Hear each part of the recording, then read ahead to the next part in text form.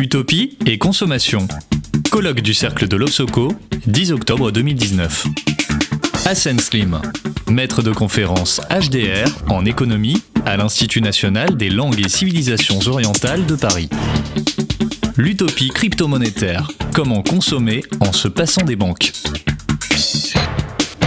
Je suis Hassen Slim, le co-auteur avec Marc Prieto du livre sur la décroissance intitulé « Consommer moins pour vivre mieux ». Comme Marc vous l'a dit tout à l'heure, l'une de nos grandes surprises lorsqu'on a étudié la décroissance, c'était de constater qu'il n'y avait pas de système clé en main. Il n'y avait pas le schéma tout préétabli qu'on n'avait plus qu'à appliquer dans notre société. Là, je vais vous parler d'une utopie qui relève plutôt du paradigme scientiste, on va dire, mais qui, elle, propose un système clé en main.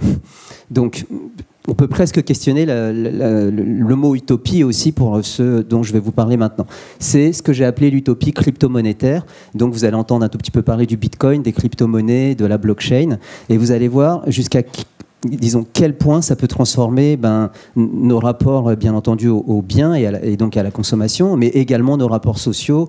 Là, j'écoutais Christophe parler des plateformes, mais la blockchain, c'est peut-être aussi déjà la fin des plateformes. On est déjà sur de l'utopie, je ne sais pas combien, 4.0, 5.0. Voilà. Donc, ma présentation se divise en deux parties. La première concerne, je l'ai intitulée « Rendre la monnaie aux gens », c'est pour vous montrer la puissance de cette utopie. Et l'idée, donc, c'est de remettre l'humain au centre de tout, sans plus aucun intermédiaire. C'est-à-dire, quand on consomme, évidemment, il faut payer ce qu'on consomme, et quand on paye, inévitablement, ça tisse un lien direct avec un intermédiaire qui s'appelle le banquier et le système bancaire. Or, le banquier, dans l'histoire monétaire, des marchés monétaires, prouve que c'est un acteur qui provoque de l'instabilité, qui insuffle de l'instabilité dans le système et qui peut être générateur de crise. Et cela croise les préoccupations d'acteurs qui eux-mêmes se nomment des crypto-anarchistes. C'est des courants qui existent depuis les années 80. Aussi des cypherpunks. Enfin, moi, je ne les connais pas personnellement. C-Y-P-H-E-R, punks. Et donc, dès les années 80, eux, ils ont une défiance, on va dire. Ils ont deux considérations. La première, c'est qu'ils ont une défiance totale de toute autorité centrale, de toute autorité de contrôle, de toute autorité qui pourrait les suivre d'une manière ou d'une autre, les traquer, etc. Donc ça vaut aussi pour les enseignes commerciales. Et de l'autre côté, mais c'est lié à la première, leur deuxième préoccupation, c'est de protéger leur anonymat, c'est de protéger leur identité, de ne pas laisser de traces, etc. Donc ce n'est pas du tout des économistes à la base ou des tenants des sciences sociales, je dirais que c'est plutôt des techniciens. Ils ont tous des compétences techniques. Et depuis pas mal d'années, depuis pas mal de décennies, ils réfléchissent à comment tisser un réseau qui les rend un peu invisibles. Avec la crise des subprimes, je dirais la crise de 2008, 2007-2008 qui se transforme en récession mondiale en 2009, là encore on retrouve l'acteur bancaire quand même sacrément impliqué et c'est la goutte qui fait déborder le vase, on va dire. Et ça fait depuis pas mal de temps déjà qu'ils avaient testé des projets de crypto-monnaie et ils arrivent enfin avec le Bitcoin. Alors, ils n'ont rien inventé. Le Bitcoin est l'héritier. J'essaie de vous mettre quelques noms de ces auteurs. Shom, May, Hughes, Day et Satoshi Nakamoto, qui est le plus connu d'entre eux, dont on ne sait même pas s'il existe vraiment ou si c'est le nom générique de ceux-là. Et les voilà qui, finalement, mettent vraiment en pratique leur utopie crypto-monétaire de protection de leur identité et de retour de la monnaie aux gens, comme je l'ai indiqué dans le titre. Alors, quand on veut faire ça, évidemment, moi, l'économiste, ça me heurte, ça apparaît tout de suite comme un projet fondamentalement utopique, parce que moi-même étant spécialiste de la monnaie, je sais qu'une monnaie est adossée à des institutions, je sais qu'il faut générer de la confiance dans le système, il faut un système de monnayage, il faut une sphère circulatoire de la monnaie. Bref, eh bien voilà que ces techniciens non économistes, peut-être même non spécialistes de la monnaie, voilà qu'ils doivent tout construire tout seuls. Voilà, à partir de la technologie qu'ils maîtrisent. Et donc, ils vont se proposer de construire un système dans lequel on ne fait plus confiance, comme l'explique Satoshi Nakamoto dans un texte qui est un lien permanent, que tout le monde... Moi, je l'ai lu, le texte, franchement, encore aujourd'hui, je comprends que 50% de ce qui est écrit, vu que c'est très, très, très technique également. Et donc, en tout cas, ça, je l'ai bien vu, cette phrase, on veut construire un système dans lequel on ne fait plus confiance. Notamment, les banquiers, on leur fait plus confiance, ça c'est sûr et certain. Et donc, on ne fait plus confiance. Il faut prouver tout ce qui est fait. Toute tentative de transaction, etc., doit être prouvée. Toute tentative de dépense d'une unité monétaire doit être prouvée. On doit tout pouvoir tracer, etc. Donc, bizarrement, c'est un système qui est ouvert à tout le monde. Tout le monde peut voir ce qui s'y passe, contrairement au système bancaire, vous voyez, qui est fermé. Le système bancaire, si je veux vous faire un transfert, évidemment, ça se fait entre vous et moi avec nos intermédiaires bancaires. Là, eux, ils inventent un système au vu et au su de tout le monde. c'est ce que j'appelle ici la gouvernance par l'infrastructure. Je vais évidemment pas développer chaque point parce que là, il me faudrait des heures et des heures. Mais par contre, je vous donne juste, de mon point de vue, la structure. Je l'ai vraiment, c'est les mots en rouge et en gras, comme ça. C'est un système donc, qui repose non plus sur l'humain. On enlève l'humain et on essaie de le faire reposer sur des interactions techniques. Alors, il y a un protocole, bien entendu, qui repose sur un algorithme qui, lui, va gérer l'ensemble du fonctionnement de ce système.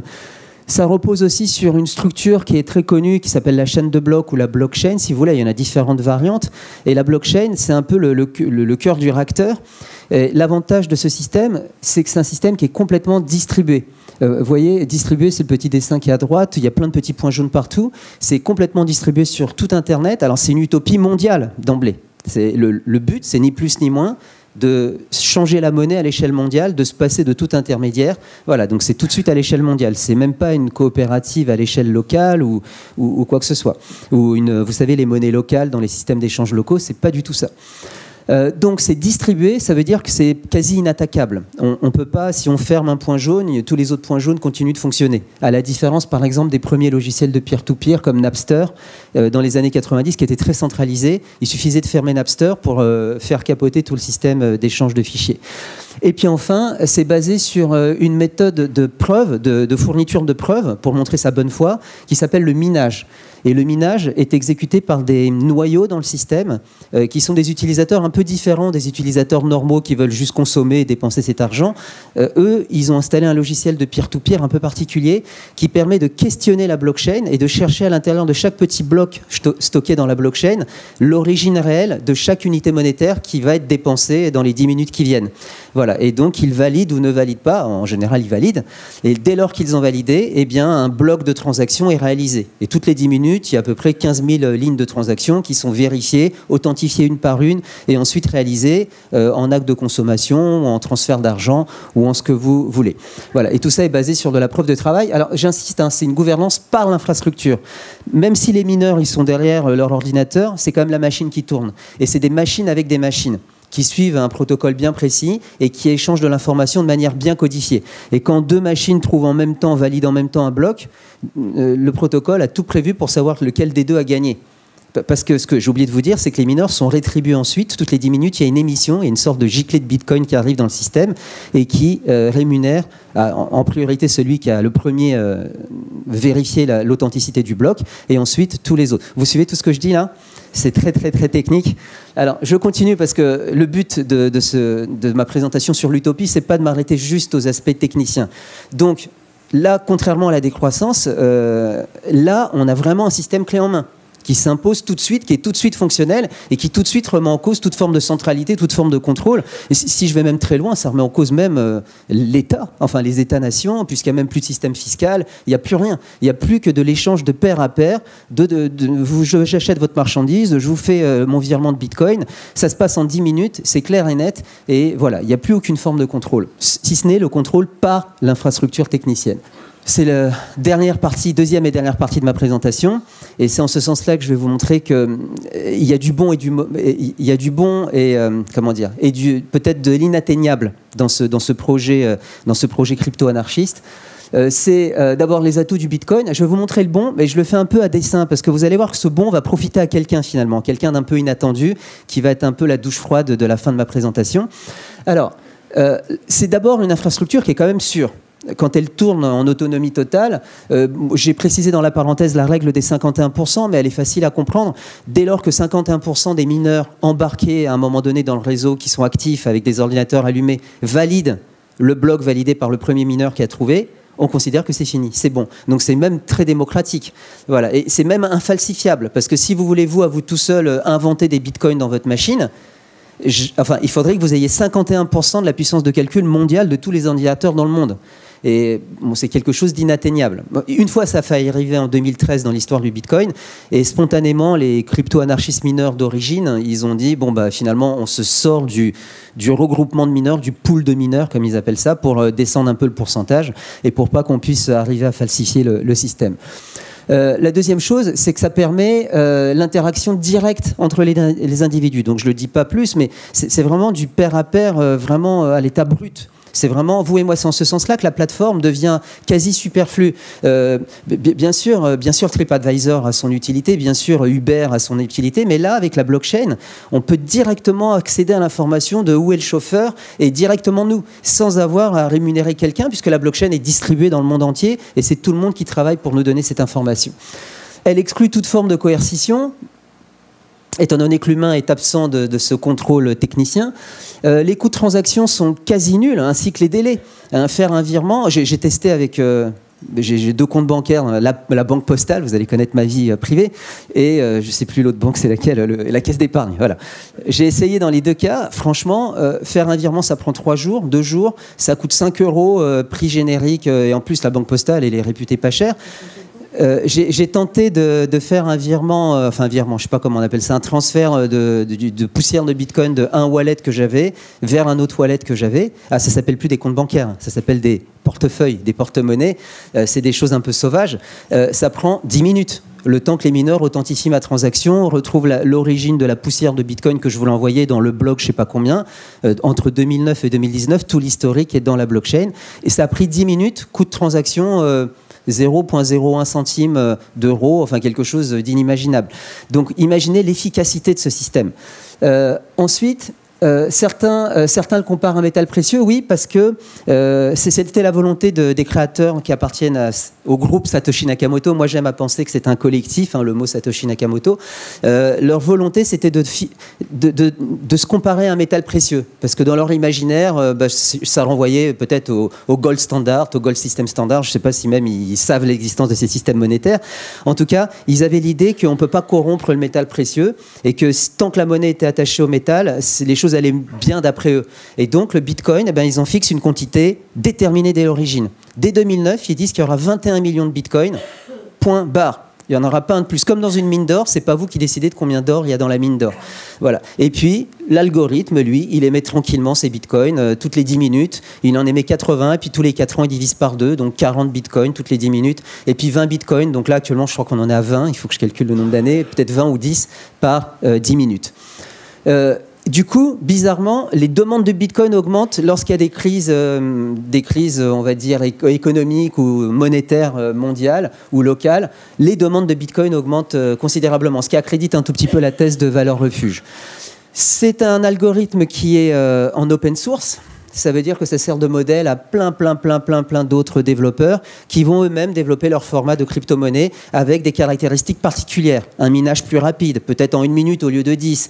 Un crypto-anonymat mieux garanti, etc., etc. Donc chacune de ces monnaies a des propriétés complètement différentes. Alors ça, c'est tous les atouts. Donc on peut se dire, mais finalement, cette utopie, elle est quand même assez intéressante. Elle est intéressante, elle nous relie directement.